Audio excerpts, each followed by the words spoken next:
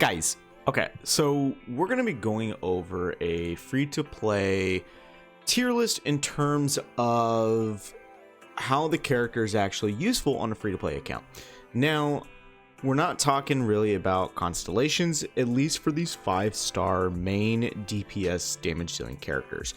And in terms of talking about this, we need to discuss like the parameters in which these characters are going to be looked upon, right?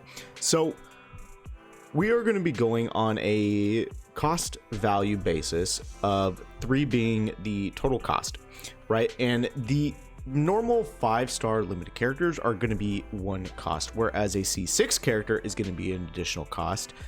C2 4-star characters are going to be at 0 cost, and a standard banner character 5-star is going to be at 0 cost.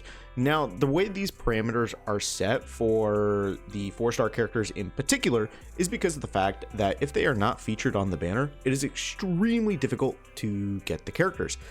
And if they are featured on said banner with your particular main DPS character that you get, and you end up C6ing them while you end up getting 1 copy of the character, that is amazing and that is fantastic.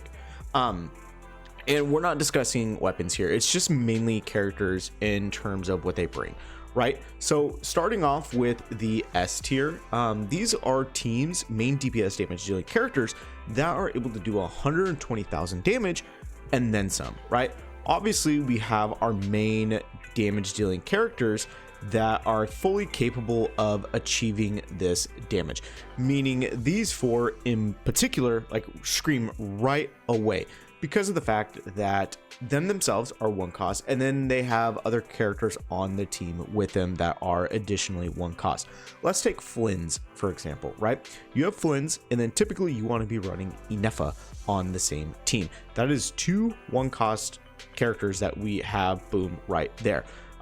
You could also have a C6 Sucrose, and that is another 1 cost, while also having a Hydro character being able to apply to the enemy while doing Electro Charge, which ends up becoming Lunar Charge because of the fact that Flynn's and Inefa are both on the team. The other character in this bracket, where are you? Where are you?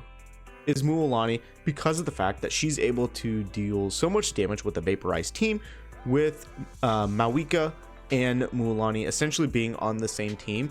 So for the most part, you're able to do a lot of damage kind of with those 2 characters, obviously with some 4-star characters being able to apply additional buffs to the teams, but that is essentially going to be your main damage dealing characters on the team. Now, I mean, you could get more specific in terms of the individual teams, like, oh my god, it's super expensive. Like another character would be Skirk, right? Skirk, Escoffier, and either Shenhe or Farina. That's 3 cost characters right there. And then the final character would actually be Dahlia, being able to increase Skirk's normal attacks, like attack speed, so that's able to apply more damage output, and that's like an example, right? So jumping over to the A tier is going to be characters who quite don't make it up to that upper echelon tier, but are extremely good and fully capable of outputting tons of damage. An example again in this tier would be Arlecchino, right? The typical Arlecchino team revolves around Overload. You have Arlecchino, that is 1 cost, and then you have a C6 Chevrez, that's another 1 cost on the team, and then ideally you have Bennett on the team, C6, and boom, you're good to go. Arlecchino is just doing massive amounts of damage.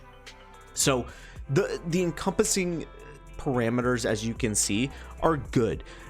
You're not going to be missing out tremendously, right? 20k and possibly more is a large portion for the A tier compared to the S tier, but in terms of buildability, some of these teams are actually a little better. Like Klee, for example, you really want Durin on the team with Klee, and you know, Chevrez as well as an Overload team, because of Klee's buff being able to increase her overall attack speed, which is just stupid bonkers. Jumping down to B tier, these characters, they aren't as prevalent for the most part in the overall meta, but they do provide some sort of ability as well as, you know, raw damage output.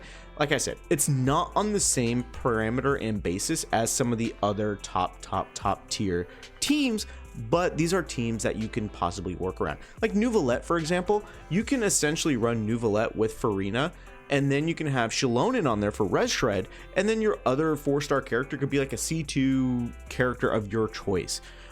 Or, you know, a little bit less. Or you could also run a Electro character on the team with him, because applying Electro charged damage, while Nuvolette also doing just the main damage by himself, which is just incredible. So next up, before we get to C tier, we need to talk about the Columbina buff as I scroll down to Columbina herself. Columbina, keep in mind, at the time of this recording, is just very early stages of what she's able to do, and she is going to be absolutely bonkers, mainly for like the lunar reaction teams that we already have. But something that she's able to do, and why this buffs some other characters, is because of the fact that she's actually able to change the reaction that you are doing into lunar style. An example that I think is going to be really good is Columbina with Raiden Shogun. Raiden Shogun, as we all know, is able to do the electro damage off field or on field, depending on how you want to play her. But with Columbina on the team, that is going to be transformed into lunar charge, and Columbina also is able to reduce the attack frequency of the lunar charge. Like, let's say, for example, you would normally be I don't know the exact numbers off the top of my head, but let's say you're doing like a lunar charged attack every 1 second. Columbina is going to reduce that time frame from 1 second to like 0.6. She's able to reduce the attack frequency, so it triggers more frequently, and that is fantastic. Unfortunately though, Columbina is not really like specified for these characters. She mainly wants to be run on the other teams, but obviously that's beside the point. Columbina is going to be very tricky for free-to-play players. And then you have these other characters who are just meh.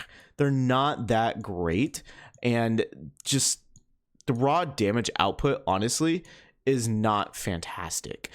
But we do know for a fact that just this is probably the best look you have at your free-to-play main DPS damage dealing character, because these are teams focused around the main damage dealing characters that are actually able to be applied from a free-to-play standpoint. Typically, obviously, you know, for a free-to-play player per patch, you get a roughly between the range of about 65 to like 80 pulls per patch. So you're risking your chance to win 50-50 for the most part, unless, you know, you do have guaranteed from losing the previous 50-50. So this is what you want to be aiming for.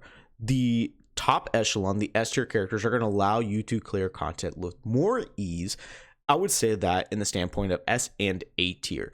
B tier and less is where you really start to get a little murky in terms of, all right, can this character clear this content? Can this character clear that content? Where the top 2 tiers, honestly, you're going to be very good. Hopefully that helps, and I'll see you all next time.